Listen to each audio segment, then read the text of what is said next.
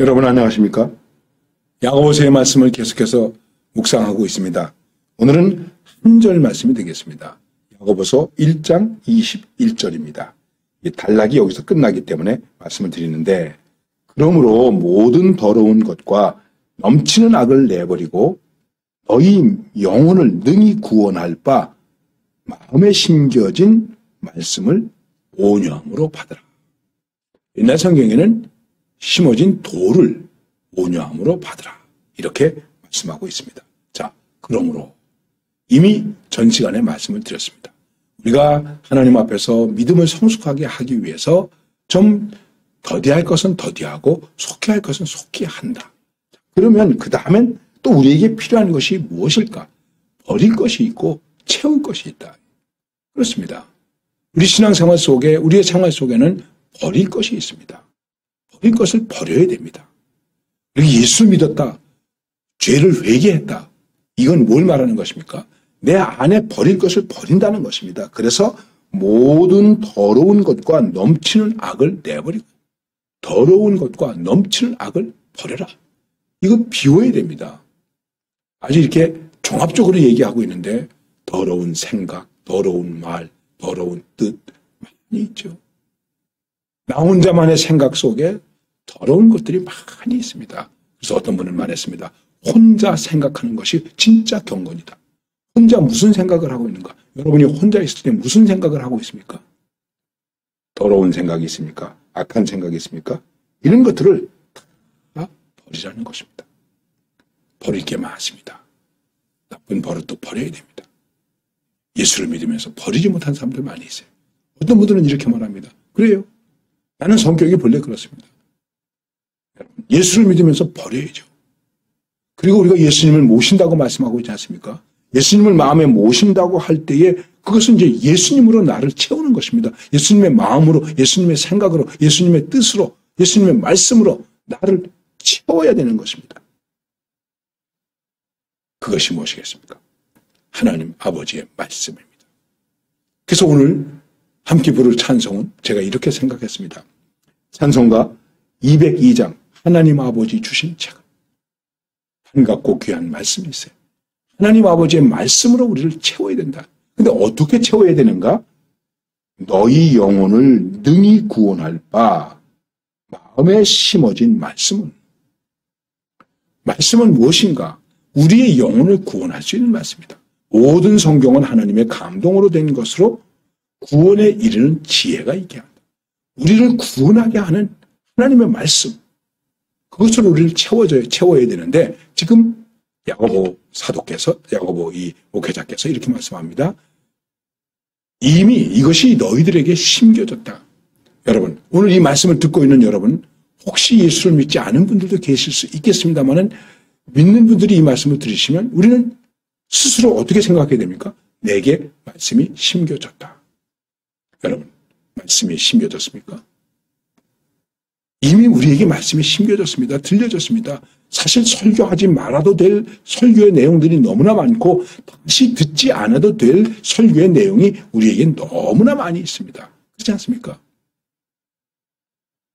그런데도 우리는 말씀을 드리려고 여기 가고 저기 가고 TV 보고 뭐하고, 옛날에는 기도원 가고 부흥회 가고 그랬습니다. 그 자체를 나쁘냐 좋으냐로 평가하는 것은 아니고, 하나님의 말씀을 우리는 들었다, 우리에게 심겨졌다 하는 것입니다.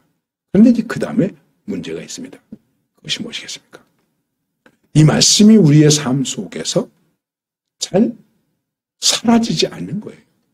이 말씀으로 살아야 되는데 말씀대로 살지를 못하는 거예요. 그래서 여러분들에게 말씀이 심겨지는데 그 말씀을 온유함으로 받으라. 말씀을 온유함으로 받으라는 것입니다. 주님 말씀하셨습니다. 마음이 온유한 자는 복이 있나니 땅을 기업으로 받을 것이며 말씀했습니다. 말씀이 온유한 자가 복이 있는데 이 사람은 땅을 받는다는 거예요. 여러분, 땅을 받으면 그냥 현실적으로 생각할 때 뭘 할 수 있겠습니까? 무언가를 심을 수 있겠죠. 거둘 수 있겠죠. 우리 마음을 바치자고도 얘기하지 않습니까? 생각해 보십시오. 우리의 마음이 온유한 마음이 되어야 된다. 이 말을 다른 말로 얘기하면 옥토라고 얘기할 수 있습니다. 옥토가 되려면 어떻게 되겠습니까? 버릴 걸 버려야죠. 심을 걸 제대로 심어야죠. 자, 우리 마음속에 있는 악한 것, 잡초들을 다 버리고 말씀이 제대로 심겨졌으면 어떻게 심겨져야 되냐면 온유함으로 받으면 심겨진다는 것을 깨달아야 됩니다. 그래서 우리를 옥토로 만들어. 내 마음을 옥토로 만들어. 내 삶을 옥토로 만들어. 옥토가 되면 30배, 60배, 100배의 열매를 거둘 수 있게 되는 것입니다. 많은 열매를 거둘 수 있게 된다는 말씀입니다. 생각해 보십시오.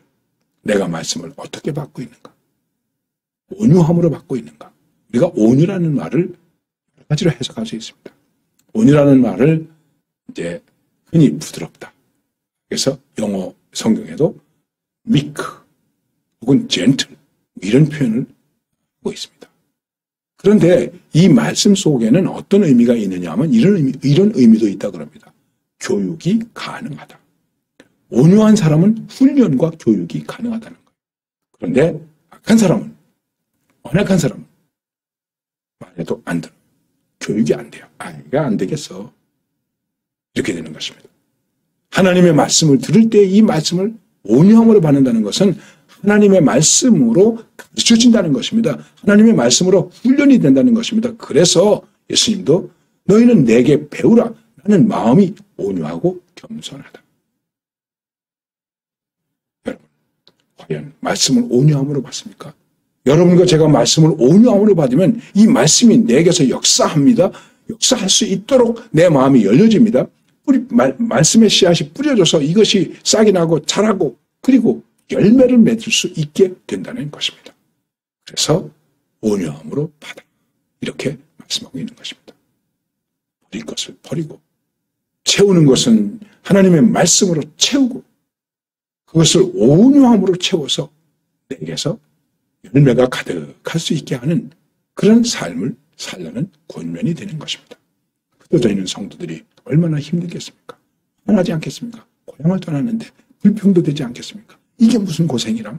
그런데 말씀을 온유함으로 받으면 그 흩어진 그 곳곳에서 환난의 자리 곳곳에서 열매를 맺게 되는 것입니다. 우리의 삶의 자리자리에서 온유하게 받은 하나님의 말씀 때문에 열매가 거두어질 수 있는 그런 축복이 충만하시기를 바랍니다. 감사합니다.